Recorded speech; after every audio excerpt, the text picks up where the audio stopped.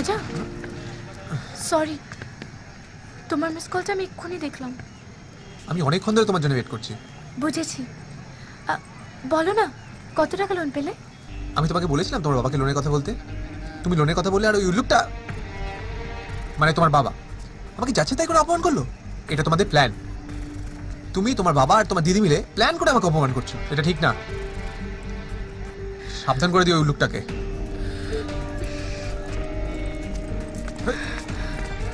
ঈশা, আরে কি হলো?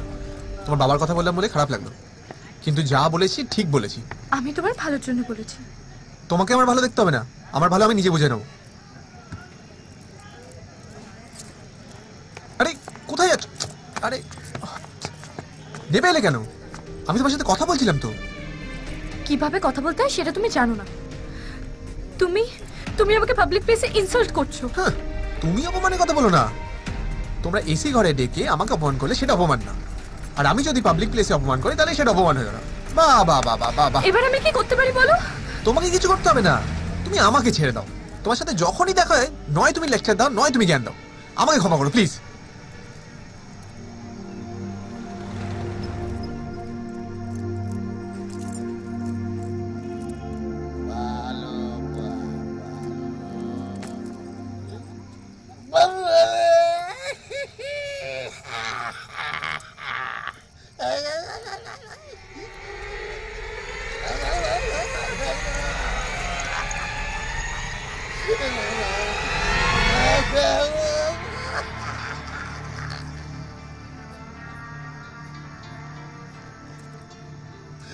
আমার কৃষ্ণ রে, তুই এতদিন কোথায় ছিলি রে? তুই কি ধাপার মাঠে ঘুমাচ্ছিলি নাকি রে? তখন বারবার করে বারণ করলাম ওই মেয়েটাকে বিয়ে করিস না, ও ডনের মেয়ে পল্লবী। কিন্তু তুই আমার কথা কিচ্ছু শুনলি না, তুই সেই ওকেই বিয়ে করলি। আর আজ তোর এই অবস্থা হয়ে গেল। ভাই তুই বিখ্যাত হয়ে গেলি, তোকে নিয়ে সিনেমা হয়েছে চিরদিনই তুমি যে আমার। তুই কি কোনোদিন দেখেছিস কোনো মেয়ে একটা ছেলের পেছনে পাগল হয়ে যায়? সব সময় ছেলেরাই মেয়ের পেছনে পাগল হয়। আমার তো জন্য খুব খারাপ লাগছে রে, খুব খারাপ লাগছে। তুই কেন করলি এরকম? কি হলো তোর? কিছুই মনে পড়ছে না? ভাই ভাই যাস না ভাই, ভাই ভাই যাস না ভাই, ভাই গাড়িটা কিনে নিস ভাই। আরে ফোন নাম্বারটা তো দিয়ে যা।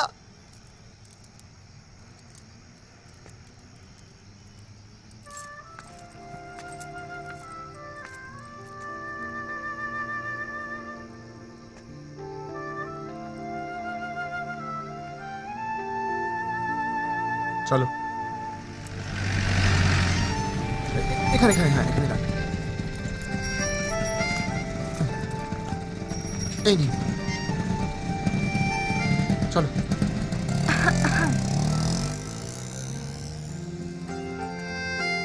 কি হয়েছে? আমি তোমাকে একা ছেড়ে চলে গেলাম, আবার ফেরত চলে এলাম, সেই জন্য অবাক হচ্ছ?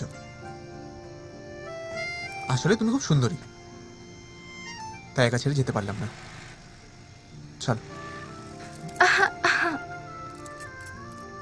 কি রাজা, তুমি খুব ভালো, তুমি খুব ট্যালেন্টেড।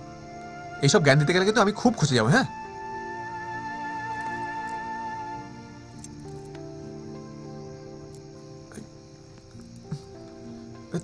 তুমি কি ভেবেছোটা কি? তুমি যা বলবে আমাকে তাই করতে হবে?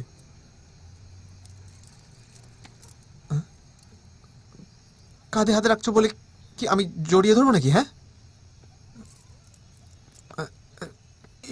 তুমি কি কি ভাবছো বলো তো? হ্যাঁ, আমি কিন্তু বলে